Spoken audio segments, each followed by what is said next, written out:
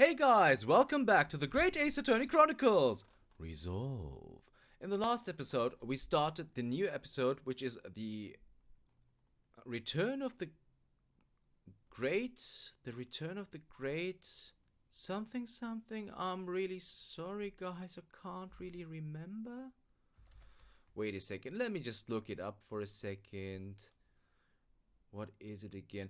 The Return of the Great Departed Soul. Sorry, but you know me, I'm a real scatterbrain when it comes to names, so that's alright. So we had a little bit of insight about the Great Exhibition, which is going on in London right now, and we had a little look around Sholmes' suite and in our own legal consultancy, which we can't really use because we are not allowed to be a lawyer right now.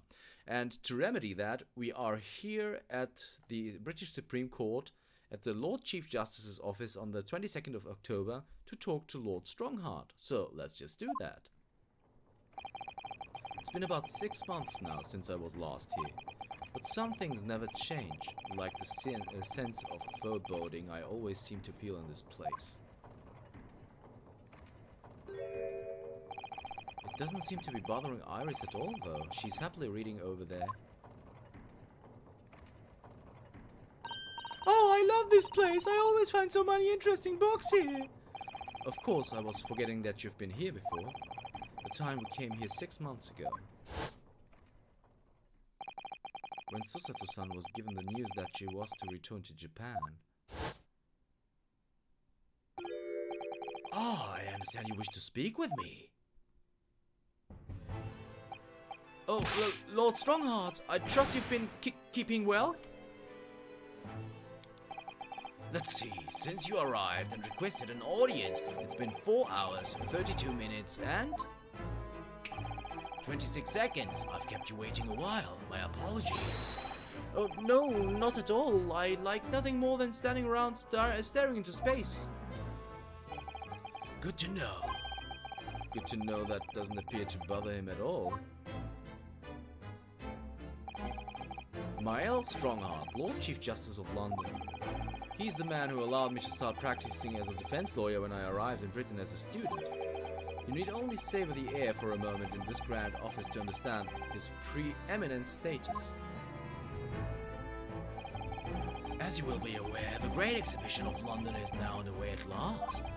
We're extremely busy as a result, policing the grounds, guarding the new technologies, dealing with petty crime. And furthermore, as of next month, we shall open the International Forensic Science Symposium. Oh, I've not heard about that. Investigating authorities from 40 countries around the globe will be taking part, including from your own land. Forensic science is the future. The world must embrace it. As we're the hosting nation, I have much to do.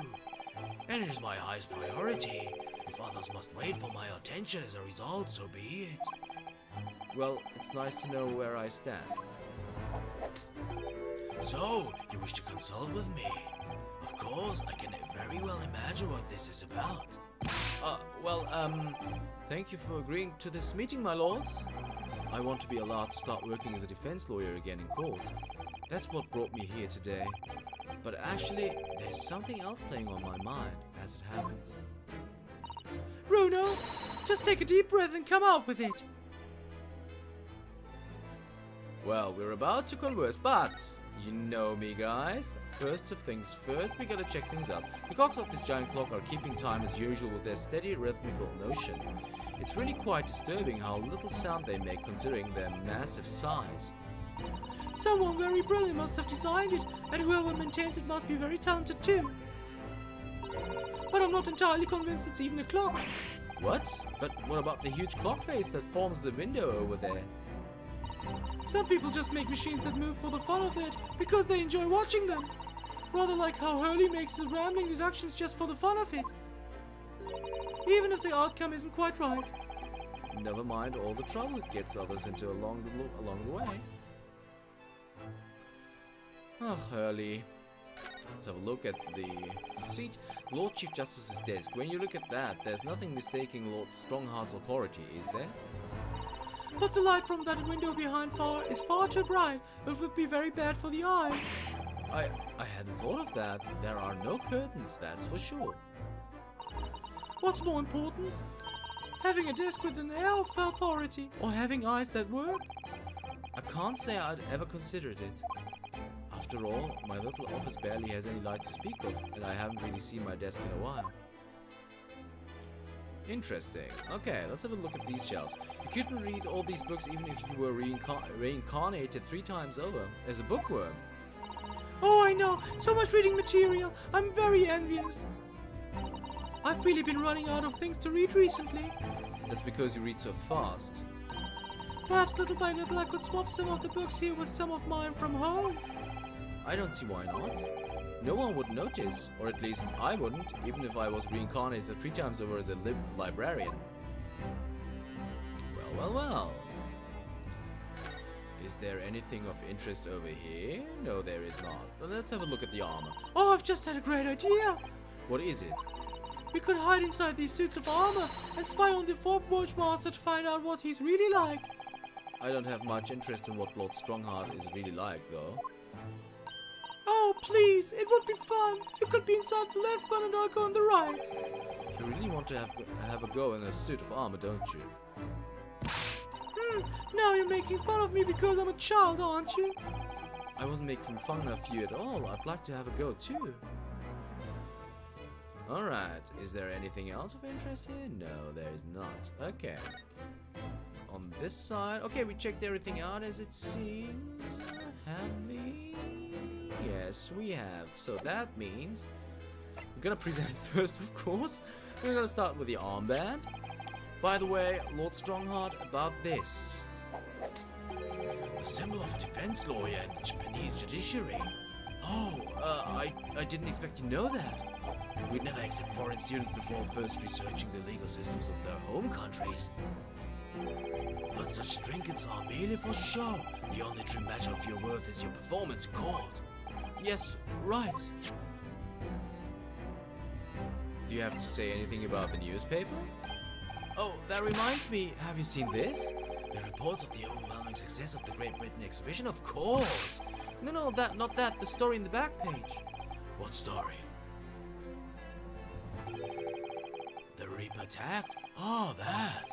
You've enjoyed some victories in court against my #1 prosecutor, have you not? Poor Mr. Reaper. What happened to him? He wasn't killed, was he? There's no need for concern. Lord von Zieg's will not be so easily dispatched, I assure you. Can you tell us what happened? I'd really love to know. Very well. If it interests you. It does, strangely. So we do have another topic to talk about then. So, permission to work. I actually came here today to ask for your permission. Go on. 6 months ago, my right to work in court as a lawyer was revoked and I was told to spend my time studying. Obviously, I'm very sorry for what happened. But the thing is, it made me understand what it really means to defend somebody under the rules of a foreign justice system. And I desperately want to have another go. Please, permit me to enter the courtroom again. Mr. Naruhodo. Yes? Oh, here it comes. I'm sure you haven't forgotten your position here, have you? At best, you are a substitute for your compatriot. This was never your intended role. Well, that's true.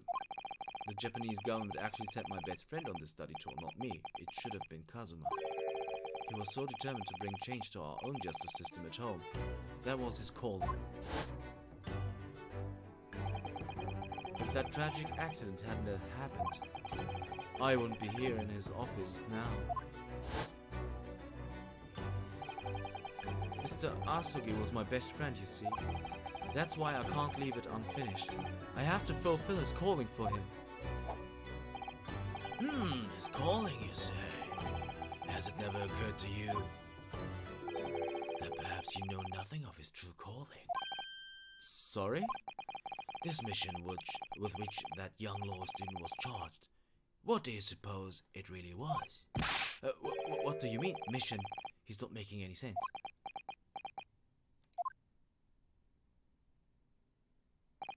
Never mind. I've read all the reports you've submitted over the past 6 months. It's clear to me that you regret your actions and have been studiously obeying your revised instructions. Do you mean? As of this moment, I reinstate your license to practice law here in Great Britain. Thank you so much. Oh, that's wonderful news, Runa. In fact, I believe I have the perfect case to mark your comeback. A curious affair. You'll consider it, I hope. Of course, please tell me more. Curious affair. Let's talk about it. You described it as a curious affair. Yes, that's right. I believe it was reported in the press. Are you aware that there was a serious accident at the Great Exhibition yesterday? Oh, no. Yes, I read about it. A professor from Germany tried to carry out a crazy experiment. Let me see. How was it described? Super high voltage instantaneous kinesis, I think. Instantaneous kinesis? As in moving things with the click of the fingers? That's right. It's just what my herbal blends need. A dash of devil may care. Whatever the serious accident was exactly, it's clearly captured Iris' imagination. It's an unfortunate business. A large explosion engulfed the public experimentation station and a man lost his life. A certain Mr. Odie Osman. Let me just think about this. Oh, die as man. Okay. Fraser, if you're watching this, I get it, I think. Oh, die as man. Mr. Oh, die as man. I hope I'm right. If not, just correct me, please. An inventor and a well-known figure in society. A large explosion? A man died? The man responsible for the experiment was Professor Albert Harebrain. Okay, so Albert Harebrain, so he has a brain like a hare. Like a bunny, I think. Correct me if I'm wrong. Is it a something like Albert Einstein?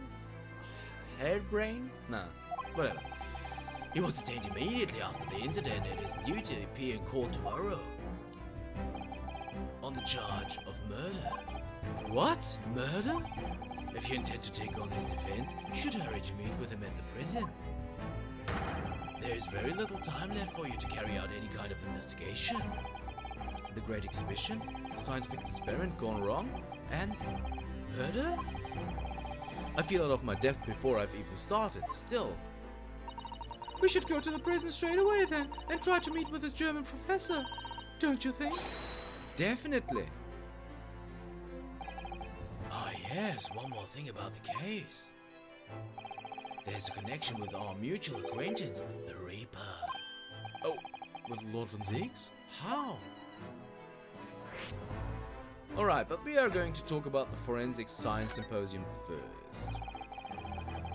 All sorts of conferences have been taking place around the world to coincide with the Great Exhibition, and next month, the largest and most important of them will take place at last. The International Forensic Science Symposium. It does seem as though criminal investigation needs to embrace scientific methods, doesn't it? Exactly. Oh! London, the global epicenter of culture, science and wealth, now has a population exceeding 6 million. Sadly, crime in the capital is growing at a similarly startling rate. So it's imperative that we use the latest scientific methods to investigate and resolve cases as efficiently as possible. Which is what's known as forensic science, isn't it? Exactly, the future of policing. Oh! Regrettably, however, Britain is currently dragging its feet when it comes to the adoption of forensic methods. Oh dear, that's alarming. Exactly, it's extremely alarming. Oh! If I were Her Majesty's Attorney General, you can be sure the numbers of crimes committed and resolved in London would be very different to the current figures. And I can't cite 12 solid arguments and 223 individual reasons to support my claim. Sorry? By way of apology for keeping you waiting earlier, I shall detail everyone now. What? Oh, how fascinating! It all began 15 years ago. I was...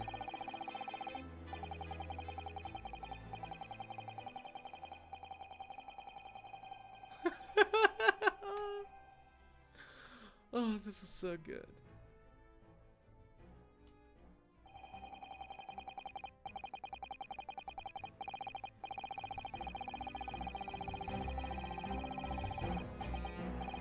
And that more or less sums up my feeling on the matter in the simplest of terms, of course. Essentially, to formally establish a forensic investigation division within Scotland Yard. That is my mission. Oh, right, yes, that's wonderful. Exactly. Wonderful is precisely what it will be. Iris isn't paying attention at all. She's got her nose in another book now. Oh, is it over? Did you learn anything useful? I actually drifted off for the most part. He's surprisingly ardent about forensic science.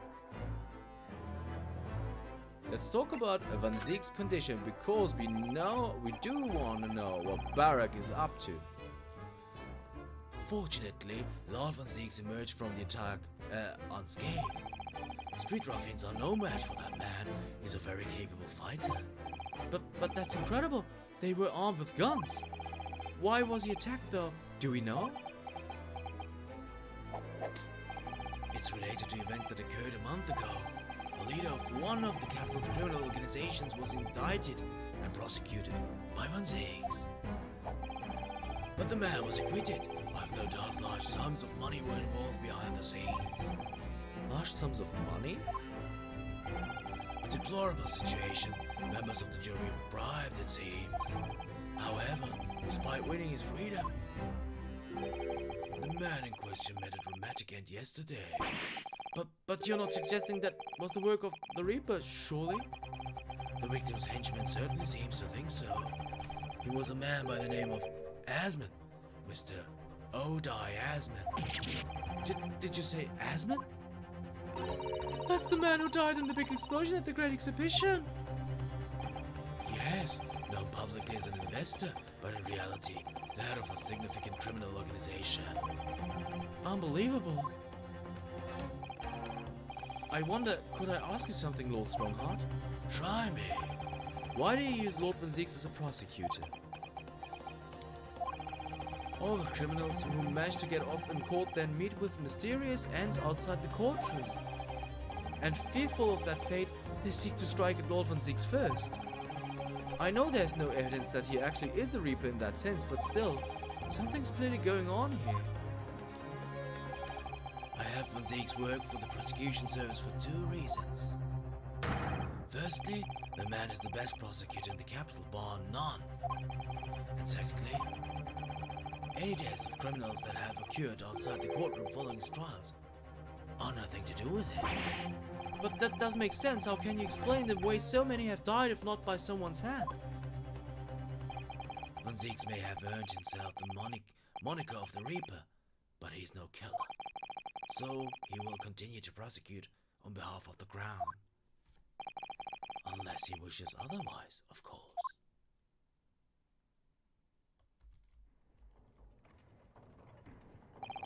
Well, I must be leaving for my next engagement. I'm already 11 hours and 60 minutes late. My colleagues may be starting to fidget. 11 hours late? That's quite something. That meeting had already started when I arrived back here for this engagement with you. So lateness was inevitable. Time stops for no man. I'm sure it stopped for me during those 12 solid arguments and 223 reasons. Oh yes, where would I find Lord Van Zieks now? I would assume he's at his office. Right, I'll go and ask him about the attack in person. I want to get it straight from his horse's mouth. Away with you now. I'm leaving Professor Hairbrain's defense entirely in your hands. Of course, yes. Thank you very much, my lord. Well, we still have time. We have to be quick. New locations have been added. We're gonna go to prison first because I have a feeling this is going to take less time. We still have like 10 minutes, so that should be enough. 22nd October, local prison, cell 11. The warden said cell 11. That's this one. Oh, there's someone curled up in a ball in the back corner, look. What's his name again? Professor Albert Hairbrain, wasn't it? Excuse me, Professor Hairbrain?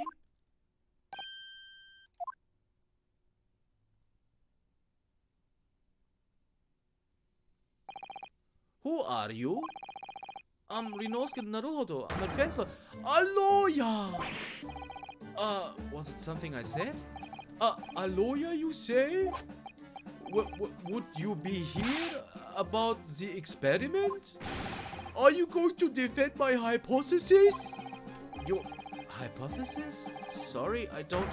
Yesterday's demonstration! That demonstration was... That magnificent demonstration was... It was an out-and-out success! By anyone's calculations! But despite that... No one listens, no lawyer believes in the science! When it's explained, they all leave! At high velocity!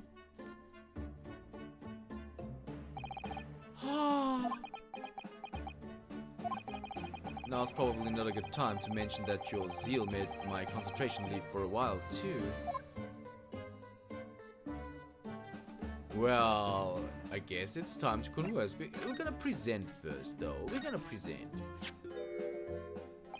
Ah, fascinating, yes! In Japan, where I come from, it's the symbol of a defense lawyer. Wearing it is very bracing, I find. Your words make some sense to me, but they are entirely illogical. What do you mean? Well, for example, I find this white laboratory coat that I wear for my work very bracing too. However, in my case, there is a perfectly logical reason for that feeling. Oh, really? What is it? I purchased the wrong size by mistake. This one is too small for me.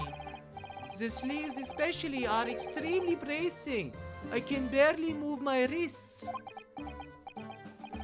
That's what you call logical, is it? Of course, it's entirely logical. That's science, Mr. Naruhodo. Okay, let's show him the newspaper then. Oh, how could this have happened? You must feel awful, as well as a man losing his life. The Crystal Tower was greatly damaged too. I know what happened. It must have been that. That? The day before the demonstration, I had my usual meal of Frankfurters at the hotel restaurant. When I paid the bill, they gave me the 3 shillings too much in change. But instead of saying anything, I just slipped the coins into my pocket. They're still there now. It's divine retribution for my wrongdoing. That's what this is. For a scientist, he has some very logical anecdotes. Long and illogical. Alright, so time to converse. Yesterday's demonstration. You mentioned the demonstration yesterday. The papers have called it a spectacular failure. After all, a man died in the explosion, didn't he? Ah!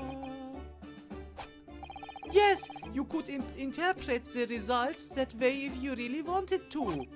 Well, I suppose in the strictest sense, the experiment was a failure. But at the same time, it was a great success. You've lost me. I saw it with my own eyes, right there in front of me. Mr. Asman was spontaneously disassembled. Until then, everything was going exactly as my calculations had predicted. At that point, he should have been beamed to the Crystal Tower by instantaneous kinesis. However... The machine exploded and Mr. Asman in fact perished. Yes, I can't deny that part of the experiment was a failure. So what you're really saying is the large explosion that killed Mr. Admin was an accident, correct? But the bigwigs had you arrested on suspicion of murder. I was responsible for a man's death. That is the immutable truth here. And for that, I wish to be punished. At once. But... Murder? Never in a million years. It was an accident. Simply an accident. I see. Hurley and I were talking this morning, you know. He said the situation would change completely depending on whether it was treated as an accident or murder. How exactly? Well, if it really was an accident, then the professor's machine would be kept in protective custody. On what grounds? Ah, yes, it's newly established here in Britain, the Special Dispensation for a Scientific Equipment Act. That one passed me by. But if the case is treated as murder, then they'll say my machine was... then they'll say my machine was the murder weapon, and they'll be able to pour over it as much as they like. If they examine it in detail, they'll find out how it's made, and then... they'll be able to copy my idea. My precious hypothesis will be stolen. The machine must be protected from all that at all costs. That's why it's imperative this whole incident is shown to have been an accident in tomorrow's trial. Ah, I see now. Instantaneous kinesis. So, in short, there was a terrible accident at the Great Exhibition Showground yesterday. Yes, or rather no, the devil is in the details. Strictly speaking, there was a terrible explosion. Sounds the same to me. You were demonstrating super high voltage instantaneous kinesis, weren't you? How fascinating! Humans, like all matter, are made up of particles that are held together by electrical bonds. So it must be possible, using a sufficiently high voltage, to break those bonds and beam the particles through space. That's in a nutshell. That's my idea, you see. That's my amazing hypothesis. Gosh, that's unimaginably high-level science. Oh, but dare to imagine it. Dare to dream of such incredible technology. Just think, one moment I could be here in this cell, and the next, I could be at the Great Exhibition again. Well, yes, that would be incredible. And the next, the mere blink of an eye, I could be at a great Parisian theater, say. The possibilities are endless. The whole of our vast planet would be within reach. So no more hiding in wardrobes on rocky seas for 50 days. I don't really see it like that. What do you mean? Sorry. What do you mean, Iris? Well, if you could travel anywhere in the world instantly, the planet wouldn't really seem vast anymore, would it? I think it would feel like it had shrunk. My word! That's exactly right! Well, what are the implications? What does this mean? Oops, that's got Professor Bunnybrain really worried by the look of it. Clearly, this is yet another case of just because you can doesn't mean you should, I suppose. The point is, my calculations are flawless. The science works. But without a practical demonstration, it means nothing. And that's always the fly in the ointment. Because practical demonstrations cost a lot of money. Money that young scientists like you don't have. That's exactly it, yes! Hurley always complaining about it. He says the government should invest more in science. Well, anyway, I bumped into him at the right time. I met the well-known investor, Mr. Asman. So, the victim who died in yesterday's terrible accident, you mean? The victim. We're gonna talk about him, of course. The full name of the man who died in yesterday's accident was Mr. O'Dye as man, wasn't it? What exactly was your relationship with the man? He first visited me in laboratory in Germany a year ago now. He said he wanted to invest in my immaculate hypothesis. I thanked my lucky stars. I see, so you hadn't really known each other until then. Money for scientific research? I'm so envious. As far as I was concerned, the man was an angel. Oh, really? An archangel, even. He was prepared to fund a practical demonstration of my hypothesis for presentation at the Great Exhibition. And if that went well, I could expect additional financial support for my research from the British government. Mr. Asman provided me with money and an exceptional engineer. He produced a machine to my precise specifications. But then, your dreams were blown to dust in one enormous explosion. As you can see, I owed everything to Mr. Asman. I would never, ever have thought of taking the man's life. Well, he seems genuine enough. I don't think he's lying. Well, we talked about everything, and we have reached the half-hour mark already. Guys, in the next episode, we are going to pay a visit at the prosecutor's office, which we are going to move to now. Ooh. Oh, this already reminds me of Gant's office. Damon Gant, who was the suspect.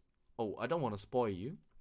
Not the suspect, but the police, chief police officer, chief of police, something like that. In Rise of Ashes or something it's called. It's the very last case and the very first attorney game. But this office pretty much looks like that, I think. Nevertheless, we have reached the half-hour mark. So if you want to know what is going to happen in this office that reminds me of Damon Gant's office, you'll have to tune in next time for the Great Ace Attorney Chronicles. Resolve. See you then.